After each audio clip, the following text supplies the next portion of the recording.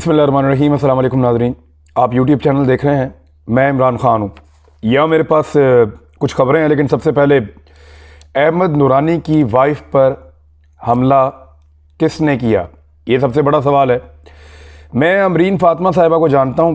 कुछ स्टोरीज़ भी इनकी मेरे साथ शेयर होती रही हैं और ये ख़ुद भी भिजवाती रही हैं। मैं ज़ाती तौर पे इनको जानता हूँ, लेकिन आप हैरान हो जाएंगे, मुझे आज तक नहीं पता था कि ये अहमद नूरानी साहब की अहलिया हैं। और मैं इन्हें इंडिपेंडेंट जर्नलिस्ट के तौर पे जानता था जो काम कर रही थी, और मैंने इनकी लाइन जो है वो एक लाइन से बदलती हुई दूसरी लाइन में जाती हुई भी देखी है। लेकिन नए वक्त में ये काम करती हैं और कॉलम भी लिखती हैं।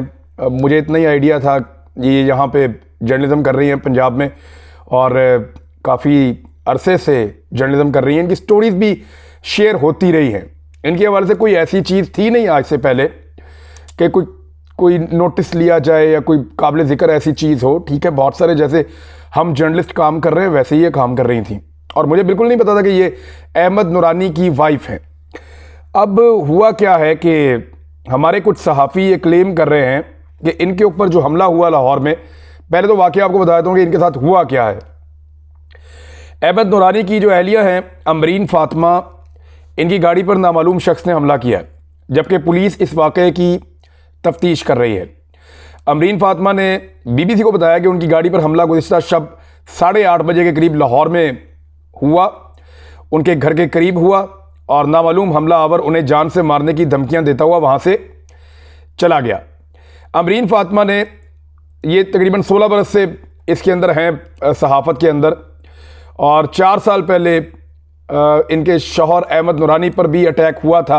बीबीसी ने इसको ऐसे लिखा, और फिर ये बताया कि उनके शौहर इस वक्त पाकिस्तान से बाहर हैं। सब जानते हैं अहमद नूरानी ने भी एक स्टोरी भी की है जिसमें साकिब निसार साहब को मुतनाज़ बनाया गया है कि उनकी ऑडियो लीक हुई है, और उसका फोरेंसिक उन्होंने ये दावा किया कि उन्होंने एक अमरीकी फर्म से करवाया है।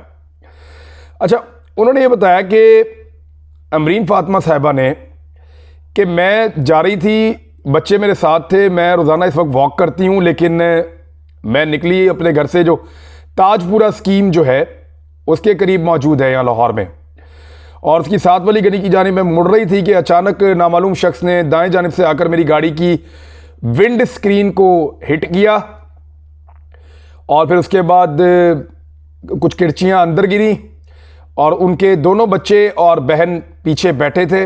जैसे ही वाक़या पेश आया, मैंने अपनी हाथ आंखों पर रखे और बहन और बच्चों को पुकारा। बहन ने उनको बच्चों को नीचे कर लिया, और फिर मैंने गाड़ी को बिल्कुल आहिस्ता कर दिया ताकि मेरी बेटी आगे आकर बैठ सके। लेकिन हमलावर कहाँ से आया, कहाँ गया, मुझे कुछ समझ नहीं आया। मेरी किसी के साथ कोई और दुश्मनी भी नहीं है। बच्चों को घर छोड़ने के बाद अमरीन फ़ातिमा अपने वालिद के हमरा पुलिस स्टेशन गई, और वहाँ जाके उन्होंने FIR दर्ज करवा दी, और पुलिस अब इस वाक़े की तहकीकात कर रही है। उन्होंने जो FIR दर्ज करवाई उसमें उन्होंने बताया कि नामालूम शख्स था, मैं नहीं जानती कि ये कौन है। नामालूम का लफ्ज़ जो है वो उन्होंने खुद शामिल किया उसमें। इस वाक़े के फ़ौरन बाद पाकिस्तान के वो तमाम सहाफ़ी, एक तो इंतहाई काबिल मज़म्मत वाक़या है किसी भी खातून पर, चाहे वो सहाफ़ी है, वर्किंग वूमन है, चाहे वो घरेलू खातून है, उसके ऊपर इस तरह का अटैक नहीं होना चाहिए। इन हमलों की पाकिस्तान में कोई गुंजाइश नहीं है। रियासत की जिम्मेदारी है कि वो तहफ़्फ़ुज़ फराहम करे। उस्मान बुज़दार एंड कंपनी को चाहिए कि बंदा पकड़ के उसको मीडिया के सामने लेकर आएँ और बताएं कि ये बंदा कौन है। अब नाज़म जोखियों का मामला होता है सिंध में, तो हमारे सहाफ़ी कहते हैं तहकीक कर लो, तफ्तीश कर लो और इंसाफ करो। अजीज़ मेमन को कत्ल किया जाता है सिंध में, वो कहते हैं तहकीकात कर लो, GIT बना लो, ये करो वो करो। नून लीग पैसा बांटती है अरबों रुपया अपने पसंदीदा चैनल्स में और सहाफ़ियों में।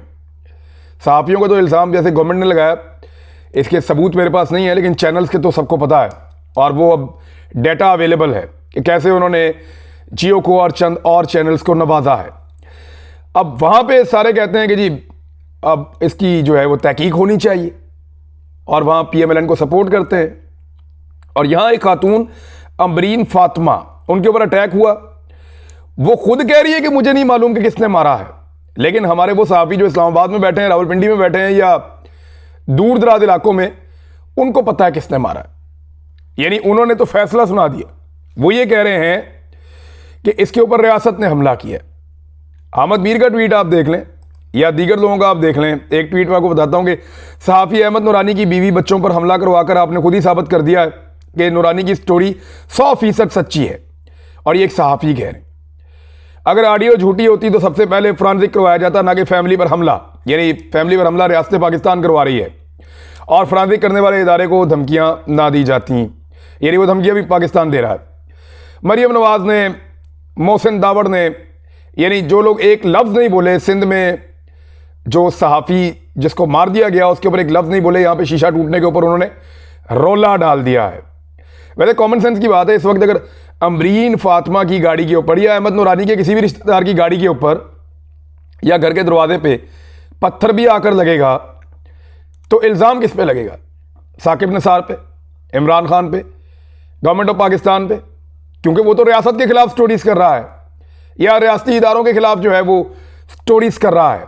वैसे तो वो स्टोरी बेनकाब हो गई है, लेकिन उसकी लड़ाई तो यही है ना, तो इल्ज़ाम तो इधर लगेगा। तो ये क्यों करेंगे ऐसा हमला जिसके बाद फ़ायदा उनके मुखालिफ को हो? मेरे ख्याल में अगर ये रियासत ने करवाया है तो फिर बहुत ही भोंडी हरकत की है और उल्टा रियासत को नुकसान पहुंचाया है। लेकिन ये भी हो सकता है कि रियासत के वो रियासत से लड़ने वाले वो लोग या पॉलिटिकल पार्टीज़ के लोग या वो पॉलिटिकल पार्टीज़ जो लाहौर में बहुत तगड़ी हैं, बहुत मुमकिन है कि उन्होंने ये कोई बंदा भेज के तो अटैक करवा दिया हो ताकि ये मामला और उछले, साकिब निसार वाली स्टोरी जो है उसको और हवा मिले, उस ऑडियो के ऊपर ज़्यादा लोग बात करें। और ये किया भी गया। यानी बहुत सारे सहाफ़ी अब ये इस सारे वाक़े को जोड़ रहे हैं उस एक स्टोरी के साथ जो अहमद नूरानी ने की है। इसमें आप एक और चीज़ देखें, जो अहमद मीर का स्टेटमेंट है, अहमद मीर ने भी ऐसे ही बात की है और अहमद मीर का ये कहना है कि ये वो भी रियासत के खाते में डाल दिया है। इस किस्म की हरकतें नौ आबादियाती सोच के साथ की कोख से जन्म लेती हैं। ये वो सोच है जिसके खिलाफ कायदे आज़म ने तहरीक पाकिस्तान शुरू की थी। अगर आज सहाफ़ियों के ख़ानदान महफूज नहीं तो कल किसी का ख़ानदान महफूज नहीं रहेगा और फिर फ़िरौनों का आखिरी ठिकाना लंदन नहीं कहीं और होगा। फ़िरौनों का आखिरी ठिकाना लंदन नहीं कहीं और होगा, क्या मतलब?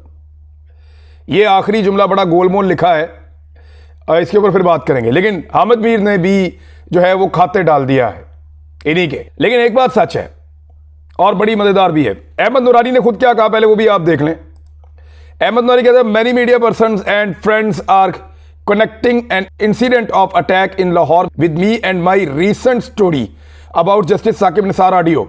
This is incorrect. I have stated many times and reiterate that a high power judicial commission should probe all allegations against Saqib Nisar. Actually Nawaz Sharif साहब के जो मुकदमात हैं वो जिस जज ने सुने हैं या जो अदलिया में वहाँ मौजूद लोग थे, नवाज शरीफ को रिलीफ देने का आखिरी तरीका यही है कि उन केसेस पे बात ना की जाए, उन जजेस पे बात की जाए, उनके कंडक्ट पे बात की जाए। तो उसके लिए वो खिदमत सर अंजाम दे रहा है अमेरिका में बैठ के। वैसे अहमद नूरानी इस वक्त अमेरिका में कर क्या रहे हैं, ये वहाँ पे स्टूडेंट के तौर पे मौजूद हैं। इन्होंने एक ये स्टोरी जो है ये वहाँ पे एक बड़े शानदार जर्नलिस्ट हैं नासिर क़यूम खान साहब, और इन्होंने बहुत सारे क्लेम किए हैं अहमद नूरानी की स्टोरी को लेकर। लेकिन अहमद नूरानी यहाँ पे अपने ख़ानदान पे अपनी बीवी पे होने वाले अटैक को कह रहे हैं मेरी स्टोरी के साथ ना जोड़ा जाए, ये इनकरेक्ट है, मेरी स्टोरी के ऊपर जुडिशल कमीशन बनाया जाए। वो खुद कह रहा है, उसकी बीवी कह रही है, वो कोई नहीं मान रहा। वो सारे बाकी जो है ना वो सारे उसको उठा के रियासत के खाते में डाल रहे हैं। इस तरह काम आता है वो अरबों रुपया जो आप मीडिया के अंदर बांटते हैं, जो मरियम नवाज साहबा ने बांटा था। तो मैं आपको बता रहा था कि नासिर क़यूम साहब ने जो स्टोरी के अंदर कुछ एंगल निकाले हैं अमेरिका में बैठ के, वो बड़े इंटरेस्टिंग है, तो उनको क्रेडिट देना चाहिए। उन्होंने एक तो मुझे ये भी बताया, मैंने उनसे बात की, राब्ता किया, मैंने कहा कि मुझे समझाएं आप कि आप एक्चुअली इसमें क्या बताना चाह रहे हैं। तो आसान अल्फाज में ये है कि अगर आप टोटे इकट्ठे करें एक आदमी की मुख्तलिफ तकरीरों के और उनको इकट्ठा करके एक वीडियो बना लें और उस वीडियो जो टोटों वाली वीडियो है उस वीडियो के ऊपर से एक और वीडियो बना लें, तो फिर दोबारा आप फोरेंसिक करने वाली लेबॉर्ट्री को जब देंगे तो वो ये कहेगी कि ये एक ही वीडियो है। वो उसको पकड़ नहीं सकती, उसको फैब्रिकेटेड या उसको ये करार नहीं दे सकती कि ये एक जाली वीडियो है। एक तो ये, और ये उस फर्म ने खुद तस्लीम किया है, जो इनकी तहकीकात हैं नासिर क़यूम खान साहब की, वो ये कह रहे हैं। दूसरा वो ये कह रहे हैं कि सिर्फ 4 लाइनें पेश की हैं फोरेंसिक वालों की, इसके चंद सफ़हात होते हैं।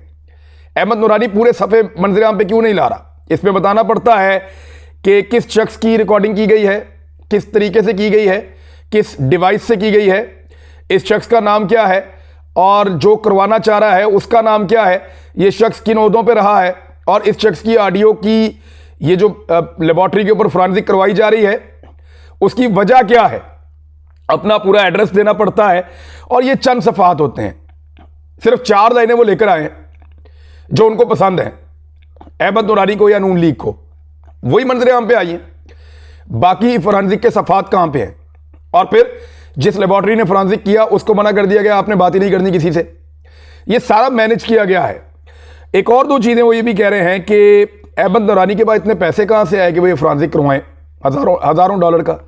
वो तो यहाँ पे तालीम हासिल कर रहे हैं और उनके बकौल उनका हाथ बहुत तंग है।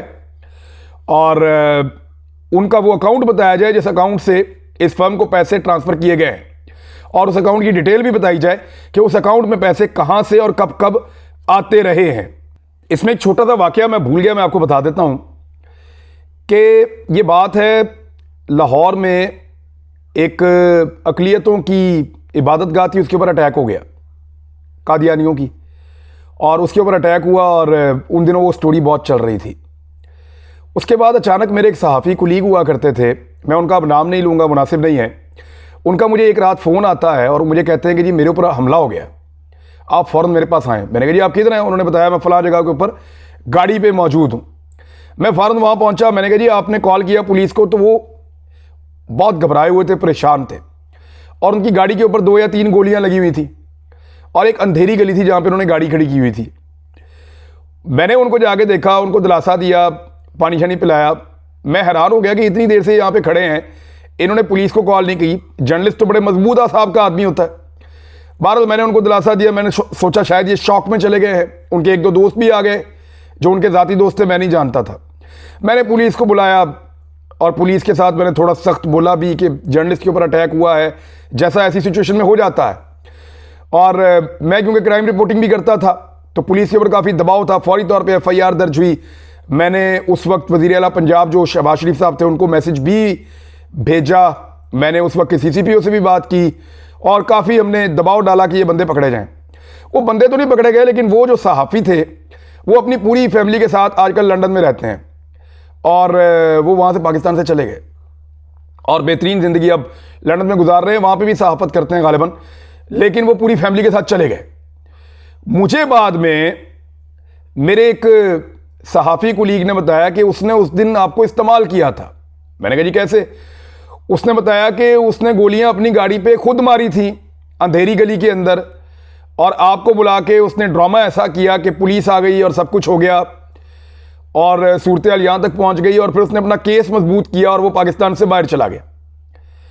मेरे लिए ये एक अजीब वाक़या था। मैं उस वक्त इतना एक्सपीरियंस नहीं था जर्नलिज्म में, लेकिन मुझे समझ आ गई कि लोग कैसे कैसे पाकिस्तान से बाहर भागते हैं। बहरहाल ये अब एक अच्छा केस है अहमद नूरानी को अपनी फैमिली को पाकिस्तान से बाहर ले जाने के लिए, अगर वो ले जाना चाहें तो। 1-2 इस्लामाबाद पॉलिटिक्स से बहुत अच्छी खबरें हैं। उसमें एक तो ये है कि इस्लामाबाद का जो बल्दियाती इलेक्शन है इसमें EVM और आई वोटिंग के इस्तेमाल का फैसला किया गया है। यानी होगा क्या? नंबर 1 तो जो बल्दियाती इंतखाबात हैं इस्लामाबाद के, वो तो काबीना ने मंजूरी दे दी है और उसका तरीक़ाकार भी तय कर लिया गया है। इस्लामाबाद में जब बल्दियाती इंतखाबात होंगे तो इलेक्ट्रॉनिक वोटिंग मशीन को पहली मरतबा यहाँ पे इस्तेमाल किया जाएगा। ये मशीनें इतनी बड़ी तादाद में बनाई जाएंगी, इलेक्शन कमीशन को दी जाएंगी, और इलेक्शन कमीशन ने वैसे भी अब फंड्स मांग लिए हैं, यानी वो ज़्यादा देर तक भाग नहीं सकते थे। उन्होंने आपस में बिडिंग की, उन्होंने कहा जी ये तो करवाना पड़ेगा, अब कानून बन गया है तो लेट्स डू इट। और हुकूमत पाकिस्तान से उन्होंने फ़ंड मांगे हैं। हुकूमत पाकिस्तान उनको फंड्स अब देगी और उनके साथ काम भी करेगी, उनको हेल्प आउट भी करेगी। बहरहाल ये जो मशीनें हैं इनसे अब इस्लामाबाद में इंतखाब होगा पहली दफ़ा, और पता चलेगा कि कितना कामयाब इंतखाब होता है।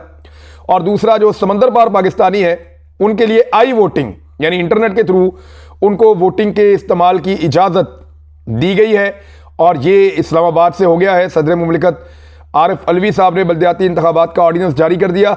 अब बल्दियाती हुकूमत का बराह रास्त मुंतखब मेयर होगा। इस्लामाबाद में बल्दियाती हुकूमत और नेबरहुड कौंसल्स की मुद्दत 4 साल की होगी, और बल्दियाती इंतखाबात जो है वो अब होने जा रहे हैं। इस पर अपोजिशन कोशिश करेगी कि ना किया जाए। वो सुप्रीम कोर्ट भी जाएंगे, हर जगह जाएंगे कि ना तो ओवरसीज़ पाकिस्तानियों को इस्लामाबाद में वोट डालने का हक दिया जाए और ना ही वहाँ पे इलेक्ट्रॉनिक वोटिंग मशीन जो है उसका मौका दिया जाए लोगों को कि वो इलेक्ट्रॉनिक वोटिंग मशीन का इस्तेमाल करें। ये अपोजिशन मना करेगी और हुकूमत ये करने की कोशिश करेगी। तो इस्लामाबाद वालों के लिए अच्छी खबर है कि हुकूमत इस तरफ चल पड़ी है। तो नाज़रीन, अब तक के लिए इतना ही। अपना ख्याल रखिएगा, अपने इस चैनल का भी। अल्लाह हाफिज़।